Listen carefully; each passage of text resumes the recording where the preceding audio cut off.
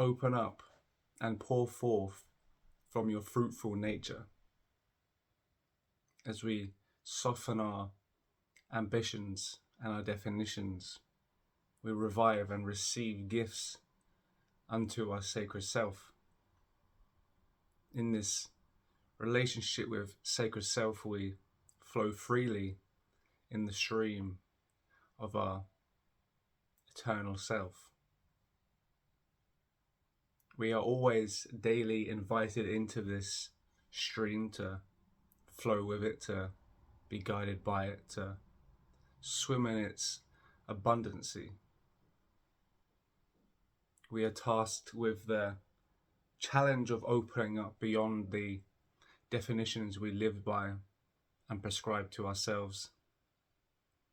We are tasked to soften the edges of the walls that we have built around us, both outside of us and within us, within our hearts. If we can but surrender to our hearts, to recline into ourselves, to receive rather than gain, to change and alter our paradigm of our perceptions to gaining something, to receiving something. For in gaining something, we are striving, we are ambitious, we are trying to grab something outside of us, something foreign, something beyond. Whereas if we can shift and reimagine our relationship unto ourselves and there in the world, we are permitting ourselves through openness and connection to receive. And in this receiving, we are never knowing, we are never striving, we are just being. And in that being, a state of being is born of softening into one's heart, into one's state of fullness, of their fruitful nature, where our creative life force flows freely. And in this expression, we come to realize that creativity and gifts and receiving is as natural as the winds blowing, as natural as the rivers streaming, or as the birds singing. All that is preventing it is our aspirations, our ambitions, our definitions, these willful limitations that we live by and mostly defend and fight for. It is this fighting for that prevents us receiving our innateness, our natural fruitfulness. If you picture a road where cars are freely driving back and forth through, and then there are roadworks, and cars learn that they can no longer drive through it, and these roadworks play out as our definitions and our ambitions, these perceptions that we have that we defend so fervently, ultimately block the channel, block the stream of our creative life force. But once the roadblocks and the roadworks have dissipated and left, cars soon pick up the agency of this route and begin to flow forth, initially slowly and then forthrightly, as it is natural for a car to drive down and use a road, as it is natural for creative life force to flow through you and into you. It is this natural state that we are opening up to receive as we let go of our ambitions and definitions that we daily fight for and defend. But in this defense, we are not only defending our definitions, but we are defending our natural birthright, our natural channels to creative life force, to life-affirming life force. And in this relationship, we never know what is beyond the horizon, forever approaching a horizon. Always approaching a fruitful horizon. But never knowing, never defining, never certain, never clear. That is the magic, that is the potency of the purpose. This is the task, this is the challenge that we face daily, and that we often compromise in the name of our definitions because of that clamoring for certainty and for knowing. But in certainty and knowing, you remove all the magic and mystery. You remove the space and the freedom for receiving. Receiving is a gift, and a gift is always an element of surprise. It is partially an element of surprise. So when someone gives you a gift and you're unwrapping it, part of the enjoyment and the process and the experience is the uncertainty, the tension upon revelation, is the friction, is the energy of revelation or of mystery, it's ultimately creative in its essence. And that is what you're looking for in your daily life. That's like the tension of uncertainty, which is wrapped in or is at the core of magic and mystery.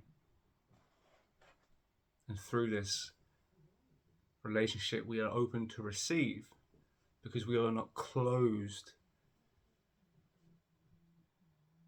through our definitions and our certainties. If we can but accept a little bit of tension, a little bit of uncertainty, and accept and see the gift in that tension, and to feel that tension and uncertainty, and to know that it is but an unwrapping of a present where you don't know what it is yet, but you know you're unwrapping something meaningful, something that is worthwhile. Life can be a daily series of unwrapping presents, or it can be a daily series of affirming certainties.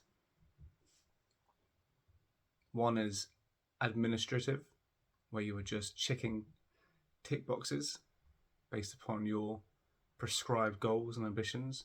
The other is a revelatory journey of magic and mystery, where you are unburdening potential within you and manifesting it in yourself, in your life, and to others. It is a continual state, like a river, which is what we are. If we remove the dam of our definitions, if we unburden the dam that restricts the flow of our creative, life-affirming joy. This is the task we face daily. This is the challenge that we are looking upon in this moment. There is never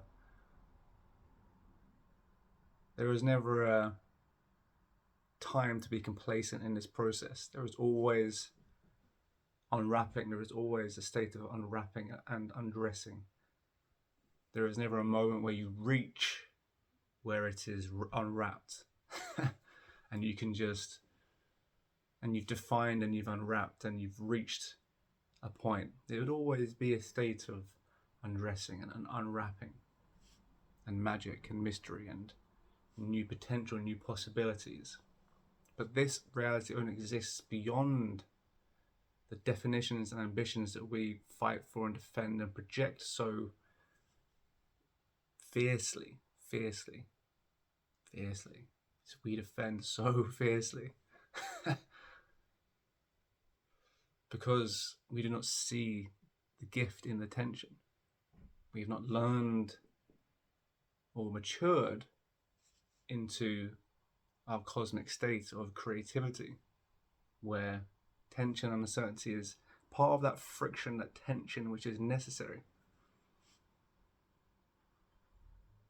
It's that friction, that tension, which creates a spark, which can then turn into a fire, which then turns into, joy, expression, fulfillment. There's nothing fulfilling about completing year after year tasks that you've already set out. I mean, it can be moderately satisfying, but it's not fulfilling because it's not your fullest. It's basically operating at a very sort of manageable state, a very sort of, superficial state comparative to your inward blessing that wants to be, or your inward wings that want to fly. This is what we contend with daily. This is the task we face now. This is what we are asked to gently inquire about, the possibility beyond the definitions we defend so fiercely. This is what we must contend with, whether to live in the name of the gift and the process of internal unwrapping, or to live in the name of defending what we know or want to know.